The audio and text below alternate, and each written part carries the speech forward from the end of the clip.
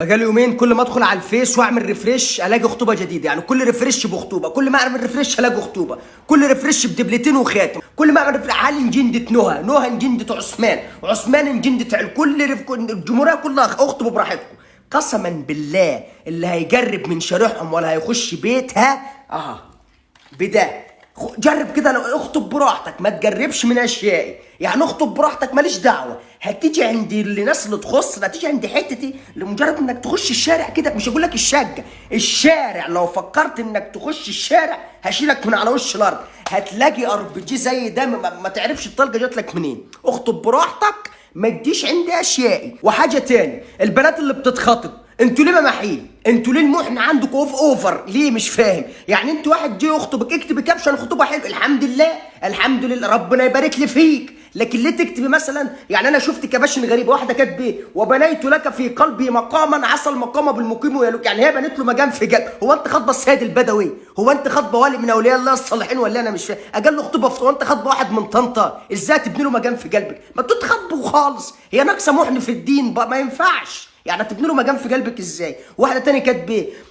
لقد كان ليس لدي اوطان حتى استوطنت، يعني ازاي ما كانش لك اوطان لحد استوطنتيه؟ هو انت خطبت جمهوريه مصر العربيه؟ ده هو نفر، انت خطبت دوله قاره، هو واحد انت خطبتيه، فليه المحن ازاي؟ اكتبوا كابشن حلو يعني. وواحده تانية كاتبه لقد اتى الي يحمل قلبه بين كفوفه، يعني هو راح يتقدم لها ما خدش حاجه حلوه، لا هو مسك سكينه كده اهو، خدت نفسه طلع قلبه وراح بقلبه، قال له يا عمي انا جاي وجايب قلبي معاك، اسمح لي ان انا اخطب بنتك. يعني ما راحش ما خدش جاتوه ولا لحد، لا الجاتوه ده كان زمان، دلوقتي لما بتروح عشان خطيبتك تكتب كابشن حلو لازم تجيب سكينه وتعمل كده وتاخد قلبك. ليه بقى؟ عشان صحابها يقول بص دي كاتبه كابشن ده راح لها بقلبه. واحده تانية كاتبه اذاقكم الله حلاوه ما اذاقني بيه. طب هو جاب لك ذهب هيجيب لي لحن ايه؟ يعني ايه الحلو في كده؟ يعني هو راح انت خاطبه ابن حلوان العبد، يعني راح لك ببسبوسه، جاب لك بدل الذهب بسبوسه؟ ما تتمح واحده عندها 11، يعني واحده ايه،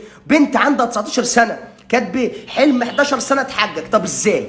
يعني ازاي حلم 11 سنه اتحقق وانت اصلا عندك 19 سنه؟ انت بتحبيه من ايام اتعرفتوا على بعض في درس العلوم، اتعرفتوا على بعض في حصه الدراسات ولا ايه؟ مش فاهم انا، ده الحب من اول نوع بامبرز يعني. ايه ده؟ ايه ده؟ اكتبوا كابشن حلو. وليه الصوره دي؟ يعني لما بتتخضوا بتنزلوا صوره وانت عامله كده اهو، ليه البنيه كده حلوه؟ انت ما تنزليش انت مش خاطبين، انت مش خاطبه محمد علي كلاي، انتوا مش لاعبين بوكس، مش نازلين نزال في الحلبه. اتخطبتوا اعملوا قلب. الناس زمان كانت تعمل قلب بتاع ايد مثلا كده بتاع، لكن دلوقتي كل ما حد اتخطب ليه بواني؟ ليه؟ خلوها خير من اولها وتحذيرها خير. انا لما ادخل ابارك لك على الخطوبه والفرح يا مناسبه، يعني ما تحرقش دمي، يعني ما تردش عليا برد يحرق دم، ما تردش عليا اصلا. انا موافق انك تعلقني، انا موافق انك تجل مني وتعلق المسج بتاعتي، بس ما تردش عليا وتقعد تقول لي ايه مش هنفرح بيك ما هنتش ولا ايه مش هتفرح. ما تحسسنيش ان انا يعني ان انا فيها عيب خلقي، يعني ما تحسسنيش ان انا الزمن جرى عليا. هخطب بس مش دلوقتي، ما تقوليش مش هنفرح، انا مش عايزكم تفرحوا بيا، انا خلقت للحزن يا عم،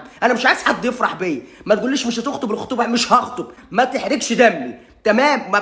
نو حرق الدم. هنروح نخطب جرام الدم ب 3000 جنيه، نروح نخطب بيه، هناخد حزازتين بتاع معانا، هنخطب بجلولنا.